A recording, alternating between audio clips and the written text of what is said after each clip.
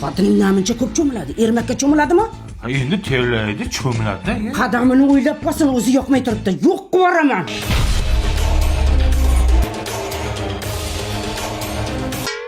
Cho'milayotgan bo'lsam 2 paqir suvga cho'milayapman. Ayrim joylarimga suv yetib borayotgani ham yo'q. Bilaman. Menga qarang, yo meni tanlang, yo onangizni. Menga sen ham, onam ham kerak.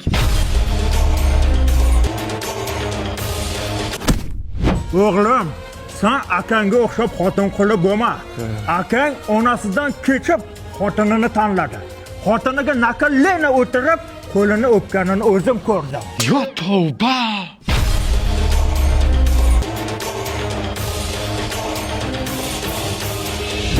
Menga qarang. Akangiz xotin quli bo'lsa zo'r-ku. Zo'r. Undan ko'ra lalaymasdan tezroq uyiningizga oling.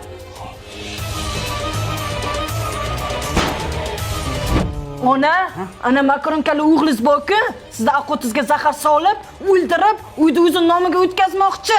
Ana yangacham aytib eshitdim. Voy noshkurlar-ey. Men ana katta ho'kizi bolasiga ertalabdan kechgacha qarayman. Tuvagini to'kaman, po'qini yuvaman. Menga bo'lgan rahmati shumi? Kerak bo'lsa bolasiga o'zi qarasin.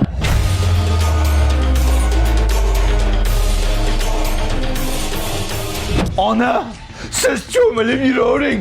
Anetta enam sumagimni tozalaganini, tagimni tozalaganini minnat qildi. Undan ko'ra lalaku tagligidan kiydiringlar. Ertalabgacha mazza qilib uxlayman. Namlik tushaydi. Allergiya ham chaqirmaydi ona. Dada, siz tug'ilganimda qo'y so'ygan ekansiz.